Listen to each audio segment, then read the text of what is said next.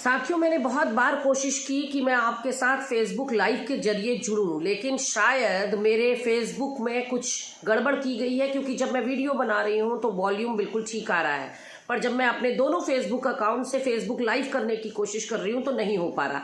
खैर, फिलहाल छोड़िए, हमने अपनी बात आप तक पहुंचानी है, वो पहुंचाना बहुत ज़रूरी है। आज जो पंजाब में घटनाक्रम हुआ साथियों, उस पर हमारे देश के प्रधानमंत्री का जो पलटवार आया है, जो बयान आया है उस घटना को लेकर, वो बहुत शर्मनाक है।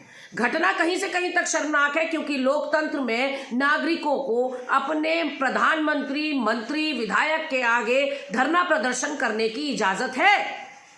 ये लोकतंत्र है। हम अगर प्रधानमंत्री से जवाबदेही नहीं लेंगे, मंत्री से, विधायक से नहीं लेंगे, तो और किससे लेंगे? वो किसान आक्रोशित है। आपने आंदोलन भी स्थगित करवा दिया, आश्वासन भी दे दिया कि एमएसपी पर समिति गठित होगी और जल्दी से रिजल्ट आपके सामने होगा। कुछ नहीं हुआ, एक तिल भर भी आगे बात नहीं बढ़ी। और वहीं लखीमपुर खीरी में जिस तरह से एक मंत्री के बेटे ने भाजपा के अपनी गाड़ी के नीचे किसानों को रौंदा, उसके ऊपर भी अभी बात आगे नहीं बढ़ी है। तो ऐसे में किसान आक्रोशित थे, उद्वेलित थे और धरना कर रहे थे किसी और रोड पर। दरअसल हुआ ये था कि प्रधानमंत्री की रैली होनी थी। प्रधानमंत्री क्योंकि 11 महीने तक टीकरी बॉर्डर और गाजीपुर पर बॉर्डर पर बैठे हुए सैकड़ों किसानों के पास एक मिनट का समय भी नहीं निकाल कर गए, तो इस बार पंजाब के किसानों ने सोचा कि हम भी प्रधानमंत्री मोदी को सुनने के लिए नहीं जाएंगे। हिसाब बराबर, आप उनकी सुनने के लिए नहीं गए, वो आपकी सुनने के लिए नहीं आए। और जब प्रधानमंत्री मोदी जी को पता चला कि कुर्सियां सारी खाली हैं, जो आयोजन स्थल है जहां पर ये होना है पूरा कार्यक्रम, वो पूरा सन्नाटा पसरा हुआ है, तो उन्होंने अपना रूट बदल दिया। तो उस रूट पर किसान धरना करते हुए दिखाई पड़े। लेकिन सबसे निंदनीय बात यहां पर क्या है साथियों, जो प्रधानमंत्री मोदी ने आज एक कौम को उंगली उठाते हुए, सिख समुदाय के ऊपर उंगली उठाते हुए शर्मसार कर दिया प्रधानमंत्री पद को। इसलिए क्योंकि आपने ये कहा कि मैं जान बचाकर आ गया हूं, और स्मृति ईरानी ने प्रेस वार्ता करके कहा कि कांग्रेस का खूनी षड्यंत्र था ये। यानी कि दोनों बातों को अगर मिलाया जाए तो भाजपा ये कहना चाहते हैं कि वहां पर जो किसान थे वो प्रधानमंत्री मोदी के ऊपर हमला करना चाहते थे, वो उनकी जान लेना चाहते थे या उनको चोट पहुंचाना चाहते थे। कितनी शर्म की बात है, एक सिख समुदाय जिसका 400 साल पहले निर्माण हमारे सरवंशधारी, जिनको कहते हैं सरवंशदानी, गुरु गोविंद सिंह महाराज जी के कर कमलों से हुआ, जिन्होंने अपना सर्वस्व निछावर कर दिया, अपना परिवार निछावर कर दिया, उनके ऊपर लांछन लगा रहे हैं आप।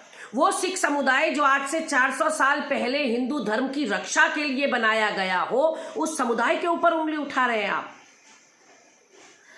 उस सिख समुदाय के ऊपर उंगली उठा रहे हैं जिसने हजारों, लाखों, करोड़ों लोगों को लंगर खिलाया हो अपने हाथों से, जिन्होंने मानव धर्म, मानव सेवा के लिए अपना सर्वस्व निछावर कर दिया हो। ऐसे सिख समुदाय के ऊपर, पंजाबी समुदाय के ऊपर आप लांछन लगा रहे हैं, तोहमत मढ़ रहे हैं। उनसे आपकी जान को खतरा होगा। जिन लोगों ने इस वैश्विक महामारी हो, चाहे आपदा आई हो प्राकृतिक कोई भी, जिन्होंने मानवता के नाते अपना धर्म, इंसानियत का निभाते हुए एड़ी चोटी का जोर लगा दिया, लोगों के घर ऑक्सीजन सिलेंडर पहुंचाने में, लोगों को निस्वार्थ भाव से स्वास्थ्य सेवाएं पहुंचाने में, ऑक्सीमीटर हो, वेंटिलेटर हो, वैक्सीन्स हो, मास्क हो, सैनिटाइजर हो, राशन सामग्री हो, लोगों के घर घर पहुंचाने का काम किया। आपको नजर नहीं आया होगा, हमको नजर आता है। क्या केदारनाथ बाबा की गुफा में बैठ के इसी तरह का ज्ञान लेकर जाते हैं आप प्रधानमंत्री मोदी जी? ये ज्ञान मिलता है आपको केदारनाथ बाबा पहुंचकर, कि आप अपने ही देश की, अपनी ही कौमों पर इस तरह से तोहमत मढ़े कि मेरी जान बच गई, मैं जान बचाकर आया हूं वहां से। लांछन लगाया है आपने हमारे भाइयों के ऊपर। साथियों, मैं आपसे यह भी कहना चाहती हूं, याद करिए उस स्वर्गीय इंदिरा गांधी को, जिनको पता चल चुका था कि मेरी सिक्योरिटी में सेंधमारी है। उनको इनपुट मिल चुका था खुफिया एजेंसियों से कि मेरी जान को खतरा है, लेकिन उन्होंने सिक्योरिटी में से किसी को नहीं हटाया। उन्होंने कहा मैं किसी एक कौम को बदनाम नहीं कर सकती। राजीव गांधी जी को पता चल चुका था कि मेरे पर जानलेवा हमला होने वाला है, उन्होंने पीठ नहीं दिखाई, सीने पे गोली खाई। ये लाल बहादुर शास्त्री का देश है, ये महात्मा गांधी का देश है, जिन्होंने पीठ नहीं दिखाई साथियों। ये कायर प्रधानमंत्री ही इस तरह की बातें कर सकता है।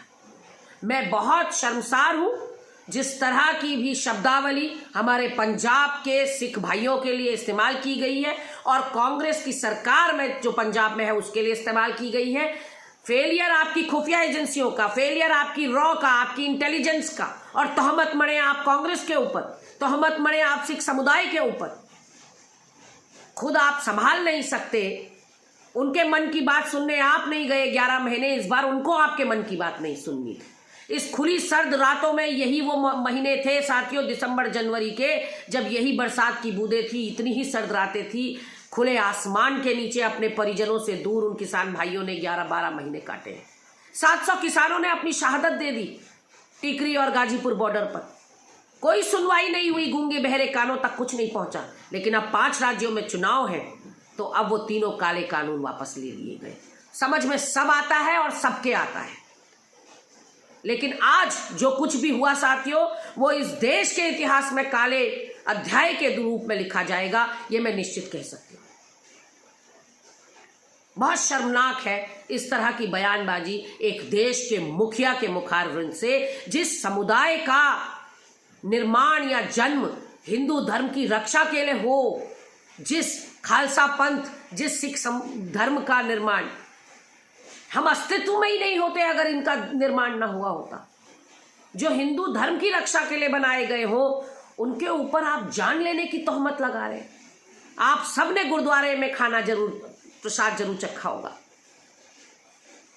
मैं स्वाद की बात नहीं कर रही, मैं उस मनोभाव की बात कर रही हूं जिससे प्रसाद परोसा जाता है साथियों। कितनी आत्मीयता, कितना प्रेम, कितना लगन, कितनी मिठास होती है। एक मुस्कान के साथ लंगर परोसा जाता है। जिसको कहीं ठौर ठिकाना नहीं मिलता, आसरा नहीं मिलता, वो गुरुद्वारे में जाता है। कोई वहां से भूखा नहीं लौटता और कोई वहां से नंगा नहीं बाहर निकलता।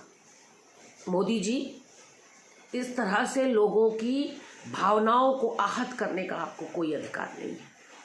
आज मुझे लगता है आपके इस बयान में, आपके ताबूत में आखिरी कील का काम करेंगे। ये बयान, आपने कुल्हाड़ी मार ली है अपने पैर में।